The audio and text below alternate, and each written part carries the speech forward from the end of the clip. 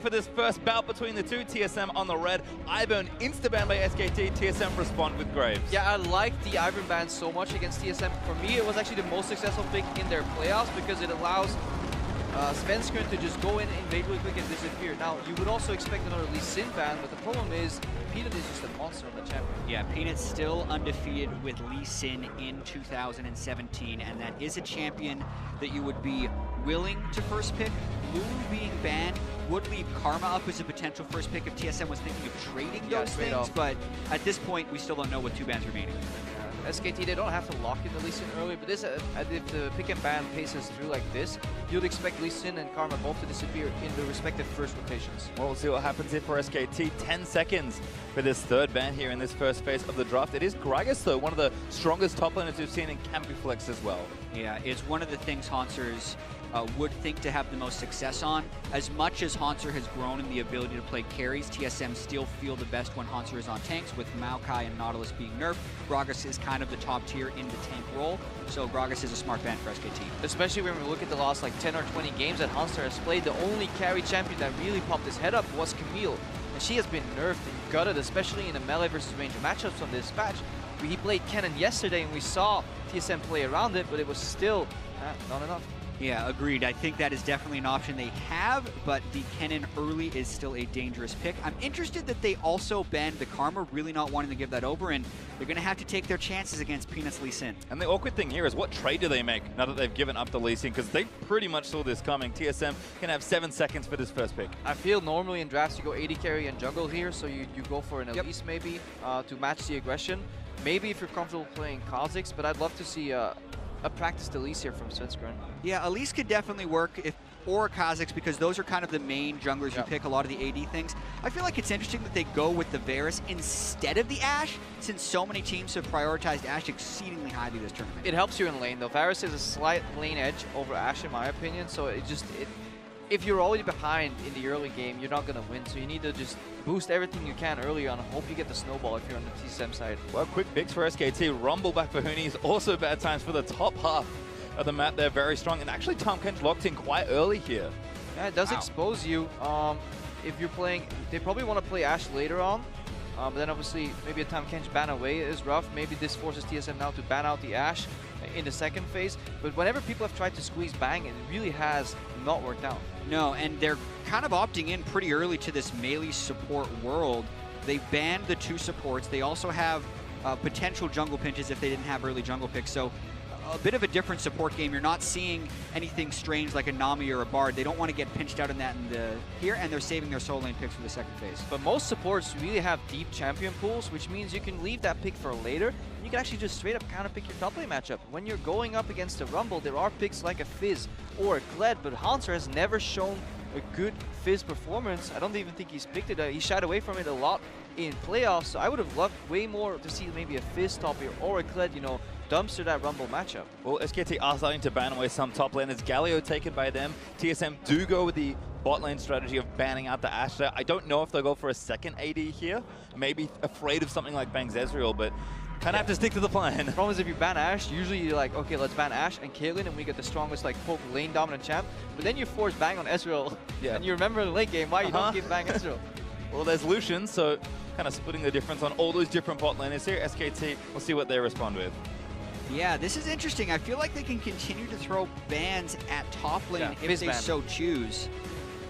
Fizzban would leave open Kennen, so they go with the Kennen ban since they don't want to have, you know, the one thing TSM succeeded with so far as the tournament was the push priority on Kennen. Definitely agree there. He showed a good Kennen performance. Now we need to see if Hauntzer actually practiced the Fizz, because that could surprise SKT, because I almost feel like Fizz is worthy of being banned over Galio, but of course, if he never really shows it, they can reveal it here. Well, TSM gonna have to show a top lane pick. Could be a tank here for this final pick. Maybe rough in lane, but if he can get through it, should be okay for the team-wide impact. Shen is gonna get locked in here for TSM.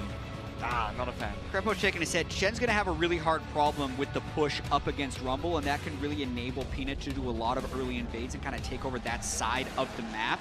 So pretty dangerous pick there with Shen, although they're trying to go for the safety of it. Yeah, if you're a team that relies on playing very heavily around topside to find your success in TSM, and you're making a pick that already was a bit of an annoying matchup on 7.6, now with the additional Shen nerfs, I feel SKT is really going to outperform TSM's top side, and that has been their step to success. Well, there's the Twitch over for Bang, and there's actually an Orianna. So Faker kind of challenging Bjergsen. He's saying, you can take Syndra if you want it. It's a matchup that I'm happy to compete with you in. I don't think there's a surprise here, though. I think Bjergsen's going to play one of his signature picks here. Syndra should be the lock-in, and TSM going to finish their draft. Yeah, save until the counter pick so that Faker can't pull something like Echo into it. That is always the fear, or even a Fizz if they wanted to. The Orianna is Faker's most played champion of all time, so it is definitely something every good mid laner should be comfortable with, but Syndra is advantaged in this matchup. Yeah, one of the saving graces is that this game is likely going to be played on 2 lanes, both teams running more of a 4-1 composition rather than a 1-3-1, meaning you don't have to juggle 2 side lanes all too often, and maybe you can fight your way out. That is something where TSM has a lot of strength in their team fight. If you look at what all these champions brings in terms of CC, potential to engage, and how they work together, TSM could win team fights. Yeah, that's the thing. They have Shen. SKT doesn't have a top lane tank. The tankiest guy that's going to be on SKT is either going to be Wolf or Peanut, and that is not comparable to a 3 or 4 tank item Shen. The problem that TSM could run into later on in the game in team fights is the inability to reliably get to Bang's Twitch, who can actually wreck them in late game team fights, since Bang isn't the type to usually fall very far behind in lane, even if he's on a difficult matchup. And what I like about what SKT have done here in the draft is say, you know what, we can kind of build this really strong late game set of carries in the bottom half of our map. But we saw what Huni and Peanut were up to yesterday, particularly in their second game. They love to go a little crazy sometimes, particularly together, and they're set up to do that once again. Same combo, Rumble Lee Sin. Yeah, the Rumble from Huni is always a fear. It's heavily banned in anywhere in the world that he goes. European LCS, NALCS, and even in the LCK. I feel like it's been pimped out now too. Like back in the day, he was a great Rumble player, but he has really evolved his defensive playstyle. It was such a satisfying way to see how in the finals versus KT, he was routinely dodging 3-man roams to the top side, weaving himself in and out of fights, no longer just YOLO to the back line, do as much damage as I can and die in the process. So he really matured as a player, and I want to see that come to fruition on this Rumble. A source close to the LCK told me that he's probably the 3rd best Rumble. Unfortunately, Marin and Smeb happen to be in his league as well, but he is no slouch on the champion, that's for sure. SKT versus TSM about to start up here on the Summoner's Rift for the first time here in the MSI group stage. And TSM are all together with a Braum. I know what this means. Yeah, really good Invade champion on Braum, especially when you're playing with Exhaust. Exhaust much better than Ignite early on, but they have been spotted, and Bang backs out. Yeah, TSM's actually ran this level 1 a few times in the play-ins of MSI, and it has yet to find success. Invading 4 down bottom, especially when they don't ward, actually just gives away a lot of intel. So you can notice that SKT easily push in to get the ward onto TSM's Raptors now, and TSM doesn't have a ward to match. So this actually lets Peanut have a pretty free start to his jungle as far as intel. Yeah, but we're still living in a world where top laners generally end up leashing, so it gives not that much additional information, right? Generally, you can extrapolate what happened in the early game, especially if you look at like Lee Sin, probably not starting Raptors unless he gets a hard leash. Kha'Zix, prone to starting the Raptors very often. So while you get a ward, it's not like these teams at the highest level wouldn't have the info otherwise. Yeah, not too many wards being put down, but every team should know what's kind of happening here. You can see top side. Raptors start for both junglers, actually. Peanut going to get some help by Faker. Does need a decent amount. Lee Sin not the best at going through. Kha'Zix should fare a little better. Yeah, he goes a lot lower just starting Raptors as Lee Sin. So if you want to go for a high HP early gank, you need to do single target camps, you know, to really utilize a lot of that kit. On the bottom lane, just some trading happening. And finishing that camp up, looks like he's going to red. Peanut, we'll see where he wants to travel after this buff. I imagine it's the right side for him as well. And I wonder if TSM is just going to go for an early gank top. That feels like a way to break the mold here, because if you play super standard, eventually Peanut's going to trace you. Yeah, the trick with that is, since they didn't have the same type of ward at Raptors, Peanut can quickly go in. So this is exactly what TSM would have wanted to avoid as far as that ward going in early. Svenskeren does have options after doing Raptors, even though it's usually red. This is a confirmation for Peanut that he can go for blue, and he's going to try and sneak this out and easily gets it. Yeah, he gets it, but the mirror is happening, which means right now the jungle is split vertically. Yep. But that's actually good for TSM, because they're playing on top side on a pushing lane in the Rumble, so I'm actually not sure if it's the invade from SKT. Pay off dividends. Yeah, it makes it dangerous for Huni to be up there. That's actually why Peanut is fast-tracking back towards that side of the map. He knows what the danger is. So might get caught here. Let's see if Sven gets greedy. Going to move back down towards the Wolves. We'll spot Peanut now. QE's going to hit. And it's...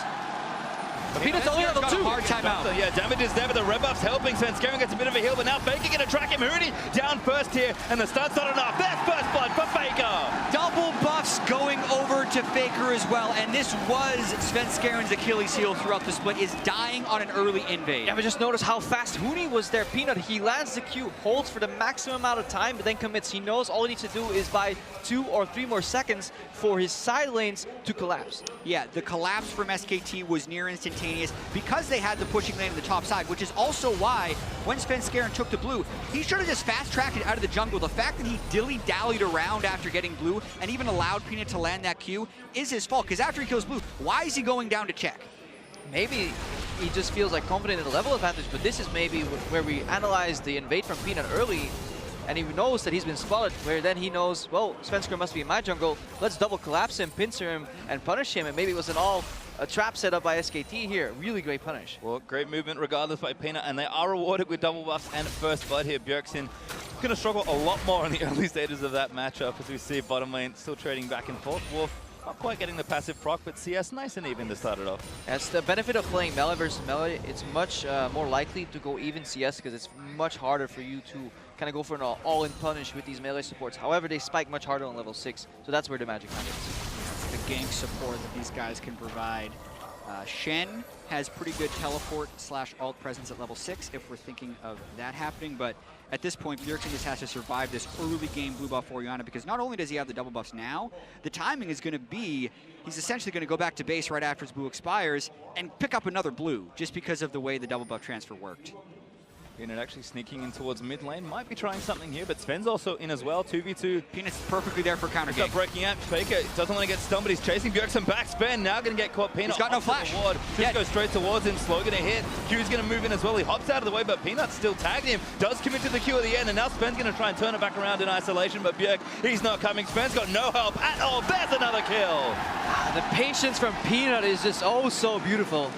It absolutely is. Right there, Peanut knows that Faker's been pushing, he needs to be there for a counter gank, and Peanut doesn't actually have high jungle proximity percentages, but he knows when he needs to be near his opponent, and he makes it count. Yeah, that's why you need to dig deeper in that stat. Just because somebody's around the lanes a lot doesn't mean he's an efficient ganker. Peanut just really efficient in his pathing, clearing camps in between, but then showing up at the necessary moment, and that also speaks towards the communication from the other members. You need to be able to tell your jungle, do I need you now? Do I need you later? Just push out at me, or are you fine? And I also have to call out Svenskeren for taking that specific jungle path, especially when your lane is behind. You don't need to come from that far back, because in the situation where the counter gank is there, he's just going to die. Yeah, but that's because you get stuck in patterns. You're so used to ganking from behind a lane like that, because if it sticks, it's such a powerful gank. The problem is he's down a flash, and then you need to adapt. If you have flash in that situation, worst case when you get counter ganked, you use your flash and you're out.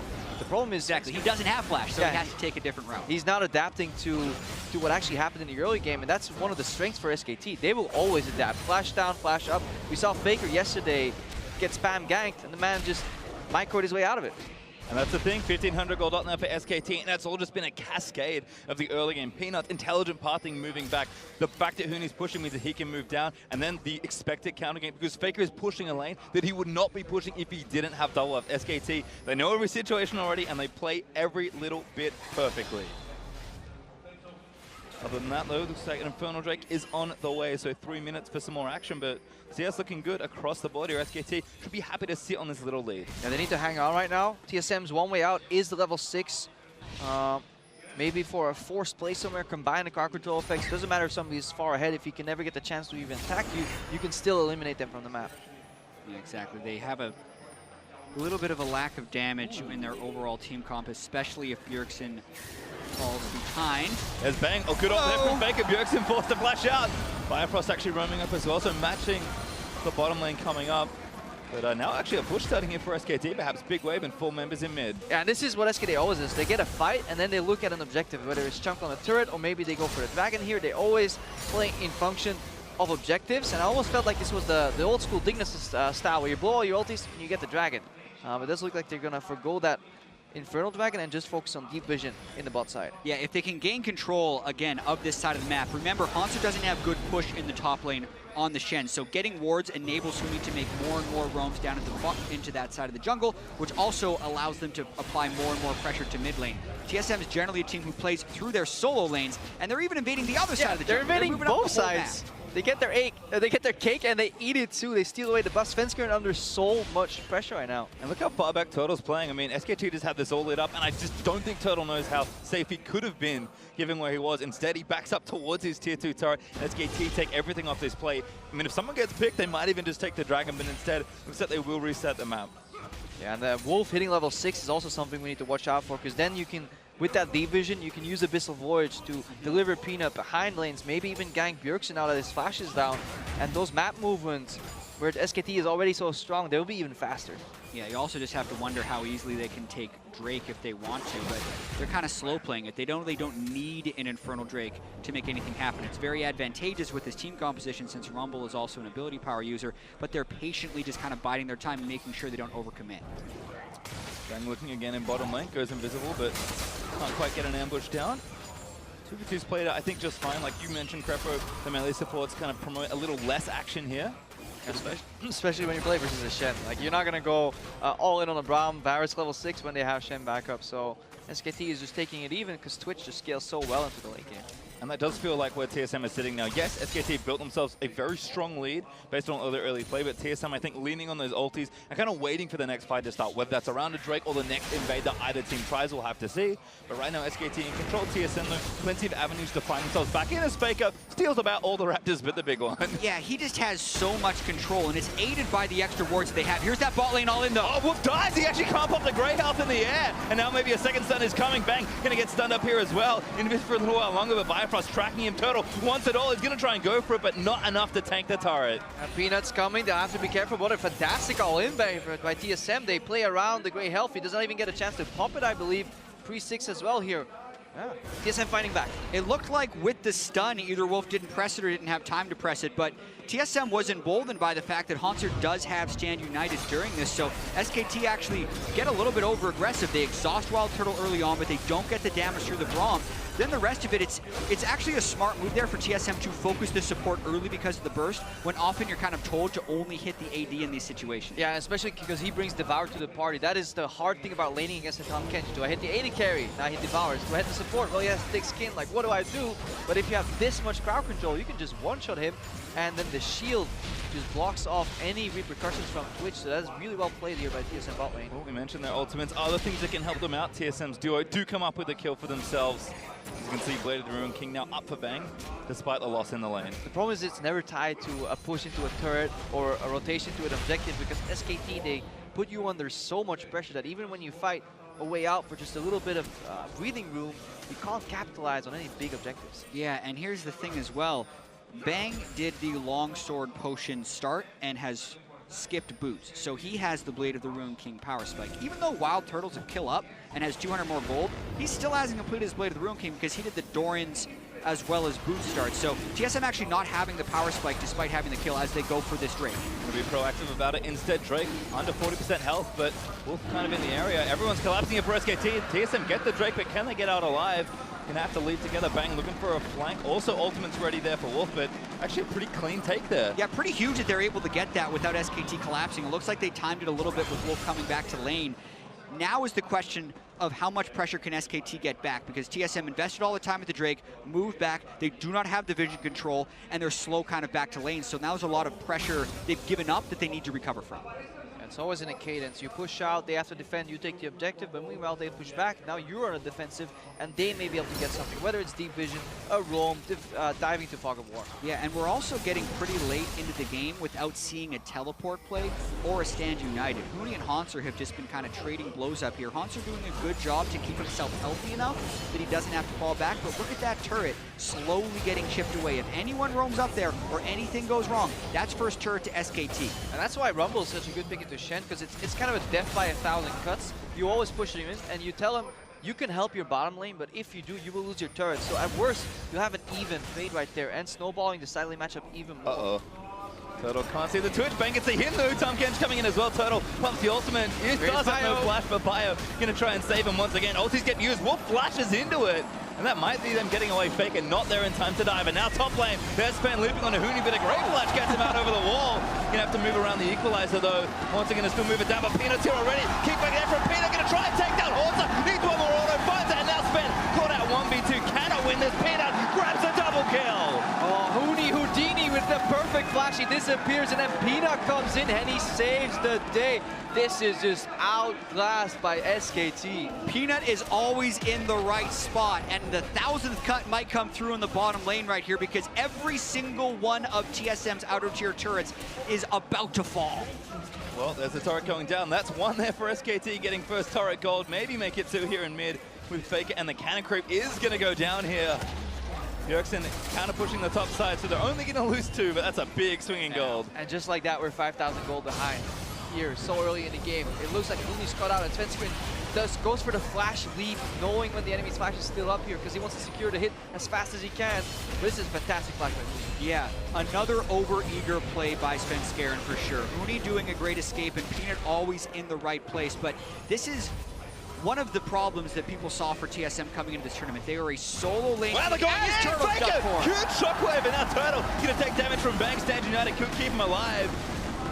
Great situational awareness for SKT, and don't quite get a kill.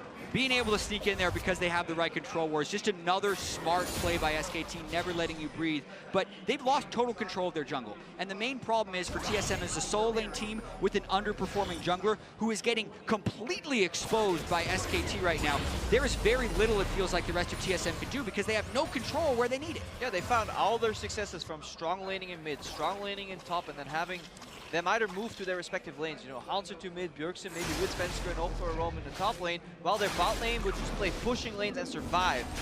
But that style works domestically. But here, they're even in the individual phase, they're getting outplayed here. That flash from Hooney showed that TSM did not go for the 100% play, because there is a world where if you use your flash and dash correctly on Kha'Zix, there is no escape possible for Rumble. And it's not without trying as well. Bjergsen has been trying to get roaming towards the top lane as well. Got spotted before, so also trying to get out of this one. Needs to not get stunned, but I don't think he's going to be so lucky. Oh, he gets out. Barely escapes the CC. He's able to escape, but TSM doesn't gain anything for it. That's one of the things about the way SKT kind of makes these plays. They have such an advantage in map pressure. They have the freedom to go for those plays. Yeah, but we also see while TSM is very much locked in this kind of 4-1, neither Syndra or Varus really want to play on the side lanes. The Tahm Kench offers a lot of relief in that sense for SKT. Twitch, yeah, he wants to be mid and assassinating lanes too, but having a Tahm Kench that could show up in side lanes to surprise and then put the lane pressure definitely helps more in that regard. And SKT, they will always have access to both their side lanes because that's how they win. They unlock objectives by constantly moving and pushing lanes. Wolf going to chase Sven, but Sven's going to leap out of the way. Bjergsen now under fire. Faker and Peanut going to team up for this one. Ulti off. He's going to get him. Oh my goodness, that was max range. Bjergsen forced to burn the flash. Ulti from Hooney. Oh, now Bjergsen maybe wish he ghosted earlier. Wolf's going to shut him down, and Hooney grabs the kill. And that's the thing. Even though they don't have reliable initiation, they have just enough initiation and they know how to use it, and they'll always find the angle right there. Bjergsen burned both summoners in retreat, still fell. Another great play by SKT. Yeah, there's a world where he flashes Faker's shockwave and he just lives and gets unscathed because then there's not enough follow-up damage. The problem is it will look so close. But at what point do you not just blindly respect Faker? You know, if this guy is trying to shockwave me, it's going to hit. I thought it was going to miss, and I was very, very wrong. Hooney now going to try and take this turret as well. And he's going to grab it. 3 turrets to 0 now. 5-1 upping kills for SKT. 6,000 gold and counting as they take a Rift Herald, or just want to get just on the edge. That is one that I didn't expect that one to hit, but when it does either. pull him back. If it wasn't Faker, I would say never flash. Yeah. The only reason I would consider flashing is like, this guy. Nah, I think he knows how to play mid lane. I'm gonna go for the safety flash. Spells have more range and do more damage. When you're if Korean. Your name is SKT Faker. I mean, is his most played champion of all time, so certainly knows the ins and outs. As Turtle and Biopros trying to get something happening here in the bottom side. Bangno able to clear that out nice and efficiently with an Infernal Drake up in 7 seconds. SKT looking for another tussle. Yeah, because it feels like every time I look at the minimap, somebody from TSM is in base. They're constantly only playing the map with 4. Now somebody else is getting chunked out. So Turtle, even if he lives here, he has the base again. Ooh, good stun actually onto Hooney. Catches him out of the TP stand and onto Bjergsen. Going to try and shut it down. Ulti hits from Bifrost on the very end of the play. And there's the ult out. Haunter takes down Hooney.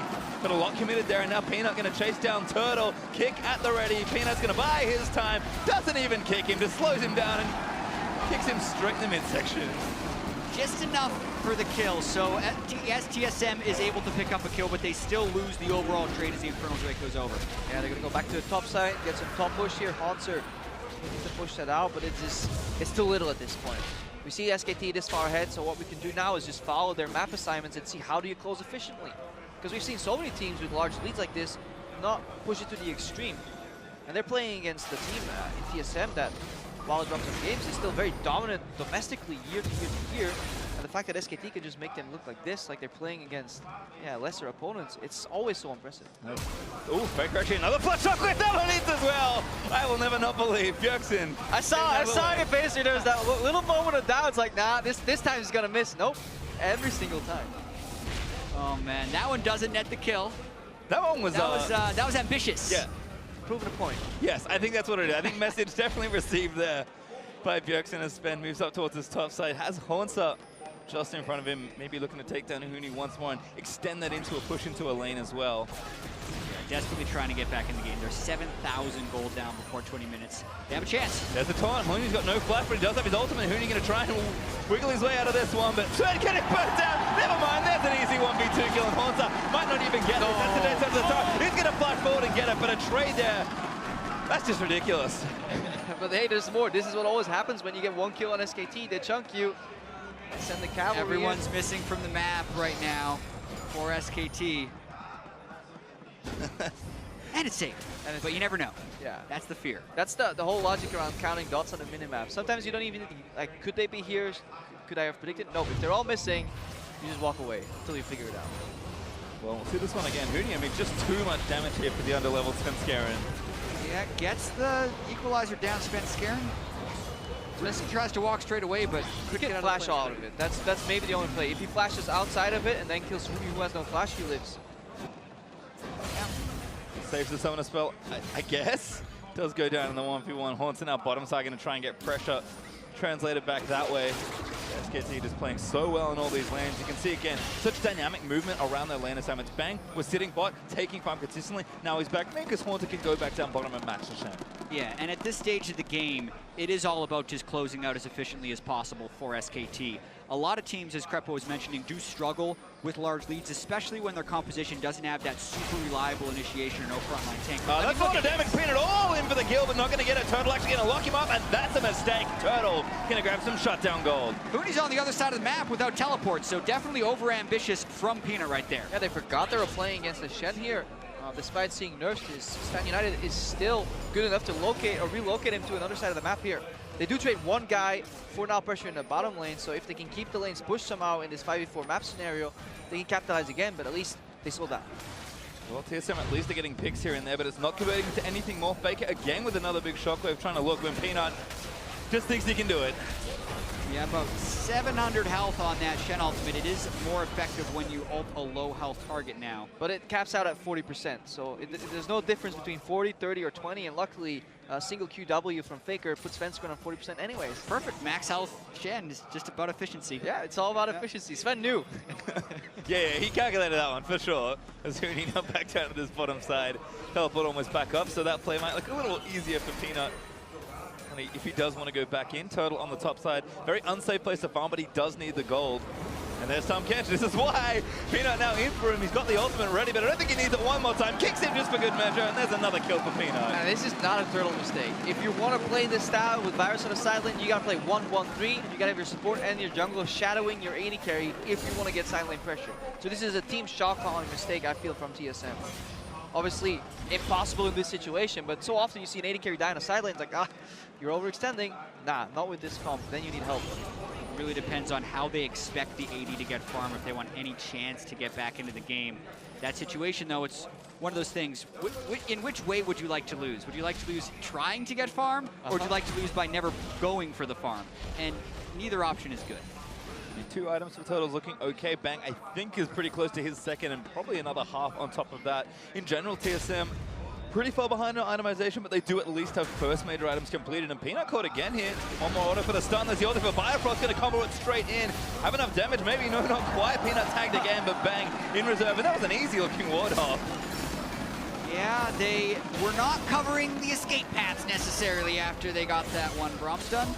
Not the most foresight in a lot of the TSM plays this game. They're trying, but at this point, the damage has been done here. SKT rotating mid lane. Huni now has the push in the bottom lane. Faker with the poke. Good ulti, gets Wild Turtle down low. Spin Scaring going to get Sand United on his Peanut. Tries to chase him down. Turret low. Haunter has to move out of the way, and I think SKT will just stay for the siege. Yeah, I mean, they just won a 4v5 in the mid lane, so Huni hasn't had to leave this bottom lane at all. Shen ultimate down, so the global presence of Shen is low. Yeah, they win a 4v5 without even committing. They never send in their members close. They just burn cooldown after cooldown after cooldown. So eventually, TSM know that they can't face Ignacio anymore, and that's when they pivot. Yeah, not to mention they still have the insurance of Bang's Twitch. He hasn't really been a factor this whole game, but he's still continuing to farm up and will be getting his crit items pretty shortly. So doesn't get any better for TSM here. Oh, Bjergsen now in trouble, forced to flash out of the way. Good ulti plus cast combo there from Huni and Bang. Now Biofrost in the front line's getting burnt down by Huni. Peter carries it all the way in, kicks Scaring for the execute, and SKT move forward. Huni flash flames Bitter in to take down Biofrost. Turtle gonna be the next target, needs to dodge the harpoon, gets nailed by one. Bang chasing it, flashes under the turret to try and get the dive down. He's gonna be able to take it. Huni grabs the double, a kill on the other side for Haunter, but SKT piling on top of TSM. Haunter Torn dashes out of the way, but SKT still want more. There's the shockwave back. Haunter low, shut down by Peanut. And there's just not enough they can do here. Great zoning by Huni to avoid the damage from Bjergsen. Bjergsen gonna try for one kill, but not even gonna get that. Yeah, this is getting a little bit absurd with SKT right now. Just funneling everyone into the base and suffering very few consequences right there. Yeah, that was like a conga line of pure destruction and outplay. We were talking about, like, we haven't really seen Bang here so far. He goes in, gets 2 kills, flashes the 3rd skill shot, lands all the pressure, and suddenly it's him creating space for the rest of the team. While usually it's actually SKT playing so forward that Bang can go uninhibited and get the highest damage output. He's constantly crushing records. Yeah, Bang probably felt left out. Yeah. He was 0-0-1. They've been winning. They're up 10,000 gold. He's like, guys, come on, let me do something, please. So yeah, and when you listen to clips from SKT in the LCK, sometimes they're not talking about how do we win. They're discussing like the MVP. Like they all want to get that MVP award because winning is just so natural to them already. Yeah. Not the greatest jump over the wall right there, but Peanut finishes up. And then watch Bang right here. He has flash and heal up.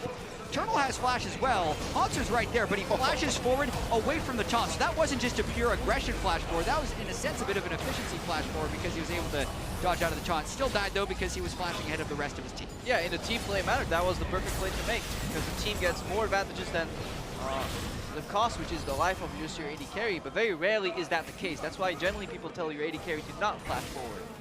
Well, TSM maybe looking to have one last stand here around the Baron. You can see the sheer amount of damage that Huni in particular was able to dish out in that long extended base turret dive. Don't see that one too often, but that's what happens when a team is 10,000 gold plus and very, very good. SK Telecom showing off in all manners here at MSI. Yeah, if the game was a little bit closer, we could see a banner of command on Bifrost and send that down the lane with Haunter, and with their powers combined, they could actually outpush Huni. Sadly, that's not the case right now. Just that gargantuan lead here by SKT. Team General Huni getting, Haunter getting chunked out by almost everyone, and SKT just going to start a pretty straightforward Baron. Teleports are up. TSM can try and fight for this if they want to. Baron is burning low already. Sven might just have to try for a steal.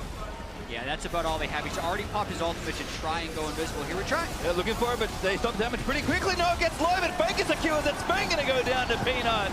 SKT going to get it all here. Huni straight over the wall. Tuds go down, actually. Playing a little too aggressive with his teleport, but Peanut chasing in, lands a Q on Bjergsen. Going to shut him down for the double kill. Peanut does get ulted on the other end, but it's just so much damage. Bang slays the backline. SKT going to work on the last remaining member, and Haunter dead, as there's the ace for SK Telecom. Yeah, fighting a risky 50-50 is all TSM could do. It was actually quite close. Could have maybe worked out, but in the end, SKT, after taking the Nash, they just clean up the team fight. Yeah, as far as the Baron itself, that was not a good Baron secure play, but SKT was so far ahead, they were going to take the kills and the fights afterwards because they had wards behind TSM, so if they move up for the steal, Huni had planned to teleport in after to get the fight. Not much of a 50-50 when the enemy jungle is 3 levels ahead of you and your whole team is 12,000 gold ahead. Inhibitors going to be falling everywhere. TSM in time to maybe see their base crumble. But it was Faker picking up the Dasher, so the levels didn't matter in the end, unless they coordinated their burst here. But this was the one shot for TSM to get back, so they had to take it. Even if they get whitewashed here,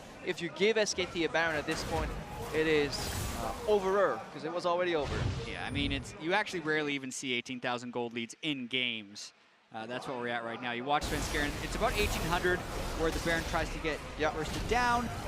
watching it very closely. Smite's early. Smite's early at about 1100. Peanut actually never smoked. Faker just bursted a little bit after Sven smited at 1100. The team call was from SKT to keep it at like 2.5k and then contest, deny vision long enough to force Sven to jump in and then kill him. This is actually what you can do in these seemingly 50-50 situations because the DPS completely stopped. The problem is Bjergsen committed with QE and Braum ulti was coming in. It would have actually put it in Smite steal range. It was just not fast enough. Well, a good attempt at Red Buff Twitch. Yep, that's an easy kill. Bang picks up a third for himself, finally getting himself a few kills in the column. But SKT playing with the field a little bit here, just going to walk the super minions in. Yeah, that's what's most likely going to happen. You could do the full 3 inhibitor take, but they most likely don't need to with Baron on 4 members. Peanut is walking in the minion wave, but SKT. Good cleanse. Bjergsen flashes in to try and make that happen. Bang, gonna get ulted in. Sven, look for the execute. Oh my god, he disappears and Bjergsen goes down as well. SKT, they're gonna flash it forward. Bifrost chase back to the fountain. Faker all the way in. Look for the shockwave. Grabs it, taking the fountain laser. And SK Telecom undefeated once again with so much style. And even though this game says it was over at 28 minutes and 58 seconds, it was over long before that. SKT had so much control of the map pretty much since Faker got double buffs 3 minutes into the game, and they never let you recover from your mistakes. Another great display by SKT. Yeah, we saw against G2 Esports how even when behind, it feels like they're playing with so much pressure. They only need one opening, and that was a surge. Immediately, they were 5,000 gold ahead, and then they were showing how you could really control the map. Big fan of that Baron play, because I think getting a pure solo Baron where nobody contests in this day and age is very hard to achieve. So putting it on like 3,000 gold, in theory, I'm becoming a really big fan of those plays where you're strong enough to tank it for a while, force it to jump in, kill them, as long as you keep it high enough so they can't burst down themselves. Well, specifically when they also have the wards behind. And even though Huni didn't get off the best flank because he got CC chained before his Zombies, he did buy time the rest of SKT to pile in for the fight. So any way you slice it, even if they don't freeze the Baron long enough and somehow Sven Skaren gets the smite, SKT still wins the fight afterwards. So another strong play. I mean, I'm shocked. SK Telecom showing us the right way to do it, Baron. What a surprise here as they wave to their fans. You can see Huni hugging the members of TSM as he goes out as well. Happy to see some of his old friends from the NALCS, but he's an LCK top laner now, and he and the rest of his squad is damn good. Yeah, and the rest of his squad, because it's no longer also just Faker. We see Peanut just showing up everywhere. Every time there's a gank happening, oh, they're going to do it. TSM is going to get hit. No, Peanut comes in, and in some miraculous way, combining really great flashes and great ganks from Peanut, they fight their way out. Yeah, and a lot of people will say, man, why would you give Peanut, Lee Sin, and Huni Rumble? They're undefeated on both of those champions. They're nearly undefeated as a Every team. champion. They might be undefeated in this tournament if they keep up the way they play and could have their first undefeated major international event in their history. That's probably what they're going for. It's the one thing they've never done. There's just so many threats on that team, and it's why they're so hard to play against. Well, Huni said he wanted to smash everyone. That's a good start at 3-0, but for a breakdown on the SKT win, let's send it over to our analysts. Thank you very much, gentlemen. Jat, they're talking about pick ban as SKT shows pure dominance over TSM here in game 1 of the day. But on that pick ban point, there is truth to the fact that SKT, look, they look good on every champion, so it's hard to get through the end of a champion select and be like, I think they beat TSM in this case. But, Frost, top of the day, you said you had some questions around the TSM drafting from day 1. It seems like the struggles continue here in day 2. I just feel like they're kind of shortchanging themselves where they're strong. So you look at their solo laners, Haunter and Bjergsen. When they find success, it's usually through those guys. They pick the Shin into the Rumble. I mean, the changes to Shin, that matchup was volatile before. It's even worse now. Rumble's going to constantly have the pressure onto you. And then you pick the Syndra. I liked the fact that Bjergsen was hovering the Katarina. I really wanted him to kind of step up and do that just because I feel like you needed a threat towards that Twitch. Because in what world is Syndra going to be able to reach that backline and pop him? I mean, if she gets him, yeah, she can 100% do it, but it's just so difficult. It's very laning focused, you know. Okay, it is a great lane into Orianna, but as you say, Syndra's going to be caught in the middle of a fight, choosing targets and going to die to Twitch ults. And, you know, Jat made the point. These are undefeated picks. It's 8-0 now for Huni on the Rumble. It's 13-0. These stats are always going to look good when it's the best champions for the best team in the world. But the more important point is how the draft came together, because the approach by TSM was to ban Karma and Lulu. We saw from the LCK final that protect the Bang was the big strategy. Get him onto the Twitch, find safe ways to do that. This draft shows us they have backup ways to bring out picks like the Twitch. We saw, okay, this is a really early Tahm Kench, super, super early, and it's so that they can have another comp with multiple threats, but still, can make it a lot about Bang as well. Kobe, what are your thoughts? Yeah, there's a lot wrong with this draft. Even the very beginning, though. I mean, you talk about, oh, yeah, the solo laners, playing around them. Oh, yeah, Syndra, good lane matchup and all that. But, man, the beginning, what are you even getting at the very start of this draft? The Varus and Kha'Zix, like... You need to on the red side, leave something open that you're at least going to trade back for power picks, right? Lee Sin is amazing for Peanut. It's amazing for Svenskeren. And we're like, okay, I can see giving that up if you're at least getting, some sort of power pick back for yourselves. But it just didn't seem like they ever got kind of momentum in this draft. Like, okay, they got something that's good for SKT. They're happy with a lot of stuff, but we got. Right, exactly. Blank space. Frosk? Yeah, just closing thoughts on this draft. I actually really like the fact that the Tahm Kench came out earlier. Again, it is kind of awkward to slot Tahm Kench in there. You would assume that it would be an AD carry, but I feel like SKT were so intelligent in doing that, kind of opening up space. Like, there's a possibility that we could look for a low mobility AD carry like the Twitch in this case, and as soon as they saw that Shin, they're like, really nothing's gonna, threaten our backline. Yeah, Kha'Zix could maybe fly in with the Shin ultimate, but we're pretty safe to pick it here. Right, they got the go-ahead for it. Now, also before the game, we heard from Svenskeren and how he was looking forward to this matchup against Peanut. Well, guess what? Peanut gets the better of him 2 times in the first 7 minutes of this game. Kobe, let's talk about the junglers, because that's what you were putting the spotlight on at the beginning of the day. Yeah, I talk a lot about, how much thought all the teams have been putting into their early jungle routes and the past year. Svenskeren, this is something where you're just like, I wasn't expecting much, and you're still disappointed. We've seen so often from Svenskeren these invades, right, without support. And it was very risky to begin with, but then to return as well, and Peanut just absolutely takes any sort of lead and smashes him with it.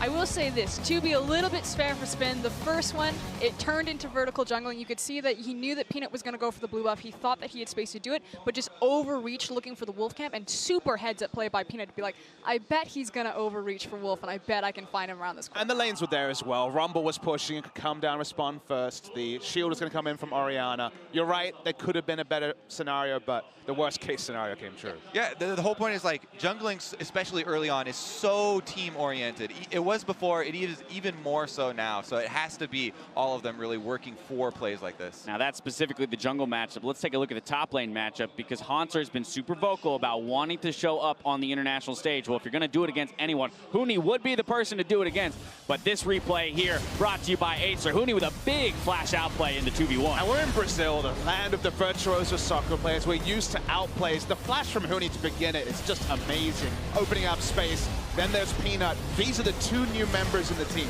These are the flair that SKT didn't really have in their 2016 version, and now they can have outplays upon outplays, and that was just a sample of some of the great outplays in this game. And again, look at Huni's damage dealt to champions. We were talking about that stat that popped up in the game, like 890 damage. 890 DPM on average. He had a game where he got 85,000 damage dealt as Rumble against KT Rolster, one of the best teams in the world. He's probably our 3rd best Rumble in Korea. That lets you know that the Rumble talent, it's certainly up there. Yeah, absurd damage coming out of all 3 of the big carries here for SKT. Kobe, I want to return to what you're talking about, though, with having low expectation and still being disappointed, because while this is an expected loss for TSM, just like it was for G2 yesterday, at least with G2, we saw some good stuff, right? We're like, within this loss against SKT, we're seeing things come together, or things that we want to see. For TSM, it still looks like they're plagued with many of the same issues, and we're not seeing improvement even in the sustained loss. Yeah, it's a similar feeling to after the game versus the Marines. These are issues that we see for the team, and people have been harping on them, and we're like, okay, time to improve, and they've had these on the list, basically, right? But haven't been able to cross any of them off. But they've shown that they understand, like they see the light. Hansar went towards the Kennen, and this is like a big gap. We talked about it at the very beginning of this tournament. We want these top laners to move towards more of these fighter-style picks, the Rumbles, the Kennens, the Fizzes, and it feels like Huni's stepping up and doing it, and that kind of puts him that cut above, as well as his individual skill. But the fact that Hansar goes back towards those tank players, I don't want it. Like, step up to the plate, step up to the challenge. And that's where we call into question whether or not Hansar has enough picks available to him throughout this tournament to continue reaching into that deep pocket. Kobe, final thoughts here? I think he definitely does have the picks, and a lot of people are going to be like, oh yeah, Hansar, why is he picking the Shen? But obviously these are team decisions, and a lot of it does come down to coaching staff as well. Very much so. All right, well, for the inside story on that game, we're going to check in with Shox and SKT's mid laner. Thank you very much, guys. Indeed, joined by the one and only Faker. SKT going 3-0 so far here in the group stage. And I know that the best of ones were a big focus of them coming in. So, Faker, how do you reflect on the team's performance so far? 그 SKT 팀이 지금까지 전승을 하고 있는데 이번 대회 들어오면서 단판전에 많이 준비하겠다고 이전에 얘기했었는데요. 지금까지 SKT 팀의 성적에 대해서 어떻게 생각하시나요? 네, 지금까지 결과는 만족스럽고요. 하지만 이제 지금이 예선이기 때문에 저희는 다음 결승전을 준비하면서 아직도 좀 경기를 다음 4강전을 준비하면서 경기를 늦추지 않고 있습니다. Of course, I'm satisfied so far, but this is just a group stage, so I don't want to put our guards down. And we still have to prepare for the semifinals and the finals. Well, you seem very soft-spoken about it. I spoke to your teammate Huni yesterday, and he was very confident. Can you tell me a bit about what Huni brings to 2017 SKT, both inside the game and outside of the game? 어제는 훈이 선수가 인터뷰를 했었는데 매우 자신 있는 모습을 많이 보여줬었는데요. 훈이 선수가 2017년도에 SKT 들어오면서 게임 외적으로나 내적으로나 어떤 변환점을 가져왔는지 말씀해 주세요. 훈이가 들어오면서 팀이 좀 밝아진 것 같고 뭔가 좀 약간 크레이지한 그런 느낌이 들고요. 뭐 그리고 게임 안에서도 좀 어느 정도 단단하게 잘 해주기 때문에 팀이 좀 더 견고하게 된 것 같아요. So outside of the game, I think our team got a lot more brighter, and we can't leave out Huni's craziness.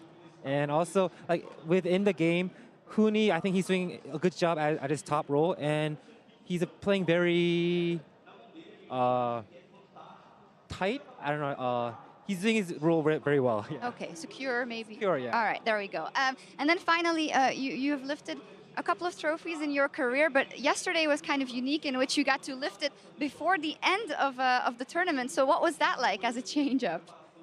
페이커 선수는 지금까지 수많은 대회를 우승하고 트로피를 대회 끝에 들어 올리는 걸 많이 봤지만 어제는 처음으로 이제 오프닝 세레머니 때 대회 시작 전에 트로피를 올렸었는데요. 좀 다른 감정이 들었었나요?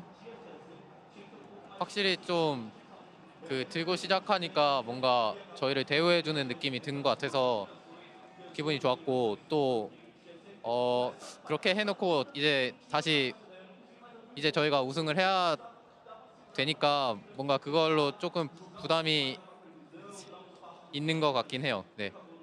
I felt really good because it felt like we were respected as a former champions, but at the same time, I felt the pressure to win the tournament once more, and that I have to go all the way once again. All right, well, it was a great start so far, 3-0. Thank you very much for this interview. Faker, we are going to take a quick break, but we will be right back from Rio with Flash Wolves versus the Gigabyte Marines. Stick around.